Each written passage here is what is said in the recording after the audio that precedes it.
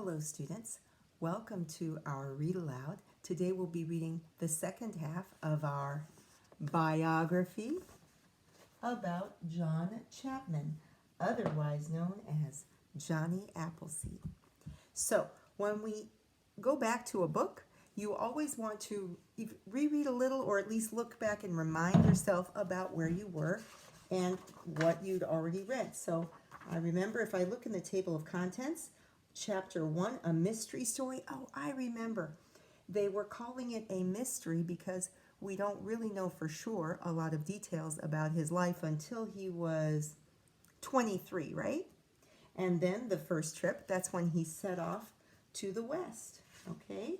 So I'm going to go ahead and go to that part. Oh, there's the first trip, remember? I think he set off to Pennsylvania, right? That was one of the states that he traveled through. And here we go. We were on Chapter 3, the Ohio years. By 1800, John had traveled into Ohio. Some of the settlers there were pretty rough, but John got along with just about everybody. By 1809, he had a string of nurseries growing in Ohio and Pennsylvania. They took a lot of work and a lot of traveling, but John didn't mind. And here's a caption. Remember the small writing explaining the picture? John Chapman planted apple seeds in Pennsylvania, Ohio, and Indiana. So that's naming the states that he traveled to. The summer of 1812 brought Indian attacks in Ohio. No one could blame the Native Americans. They had been treated badly. John Chapman got along well with the Native Americans, but he didn't want anyone to get killed. Before the Indians attacked, John went from cabin to cabin and warned all the settlers.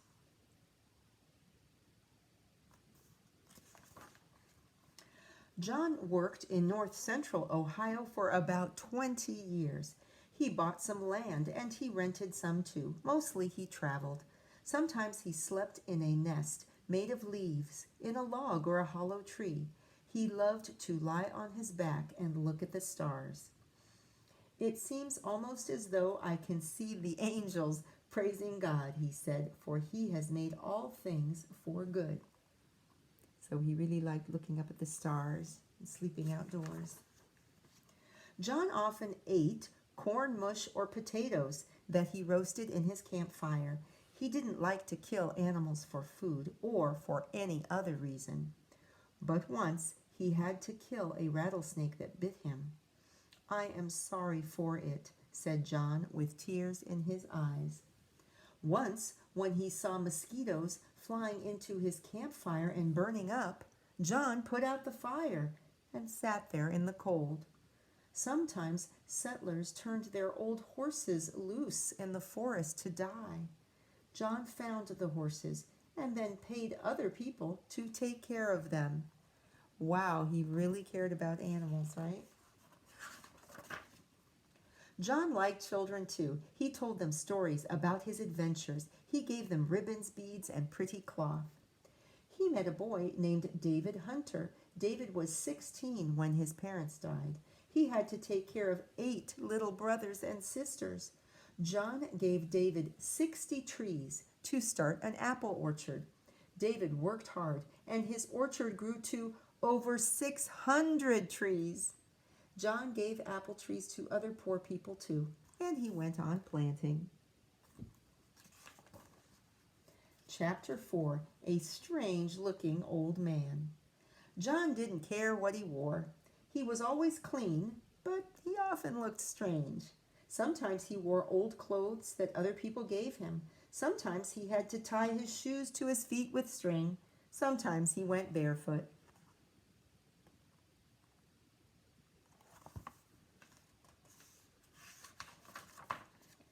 One man said John's feet looked like elephant skin. That means like really tough and thick like an elephant.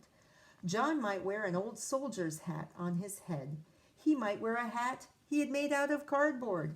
He might even wear the pot he used to cook his corn mush.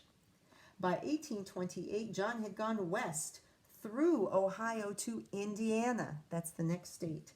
Some of the land he saw was wet and swampy, but John knew settlers would come before long, so he went on planting. There he is walking, and there is some land in Greenfield, Indiana.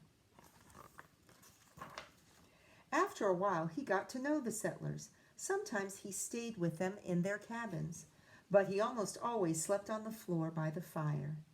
John liked to tell folks about his religion. He'd come in, lie down, open his Bible, and say, "Fresh news right from heaven." John Chapman, sitting on the floor, would read the Bible to the settlers he visited.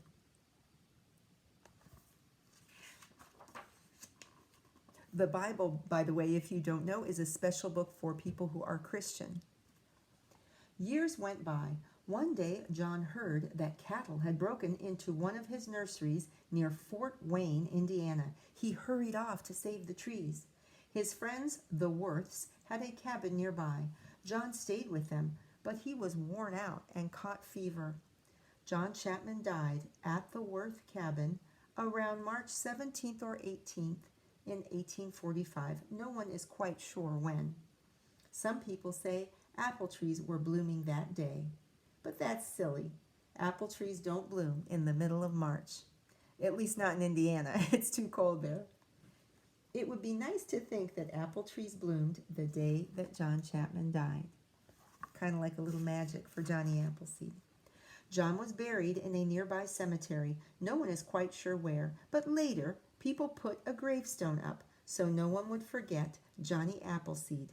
The words on the stone say, "He lived for others." And there's an actual picture of the gravestone. And that's, I think, what we saw a drawing of on the cover, right? Oh, chapter 5. Tales and more tales. People began telling tales about John while he was still alive. After all, he was different from most folks. Some people said he could thaw ice with his bare feet. Some said he went barefoot to punish his feet for stepping on a worm. Others made up sad love stories. They couldn't figure out why John never got married. The tales that were told got bigger and bigger after John died. Some say he planted apple trees all the way to the Pacific Ocean. Some say his ghost comes to the forest when someone needs help. One tale turned John into a poet and a fiddler. People wrote books and plays and poems and songs about him. He was the star of a cartoon. Ohio named a highway for him. None of John's apple trees are alive anymore, but some of them lived a very long time, and trees from their seeds could still be alive. Johnny Appleseed might like that better than any tale. And here's some pictures of apples. Okay.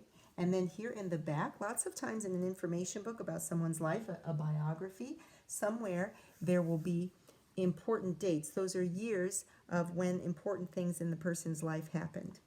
And then an index are some words or important topics in the story, and you can find the exact page where they would be.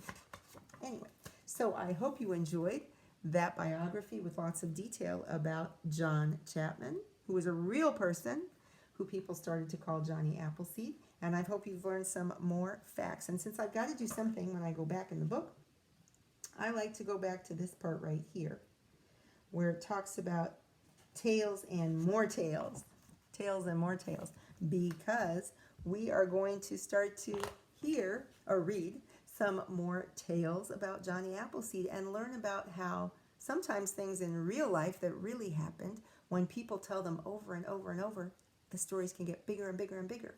And there's a special word for that kind of tale. And we're going to start enjoying some more of those tall tales and learning more about them too. Anyway, that's for another day. Keep washing your hands, cover your coughs and sneezes, do some reading, do some writing, help your family around the house, and I'll see you tomorrow. Bye.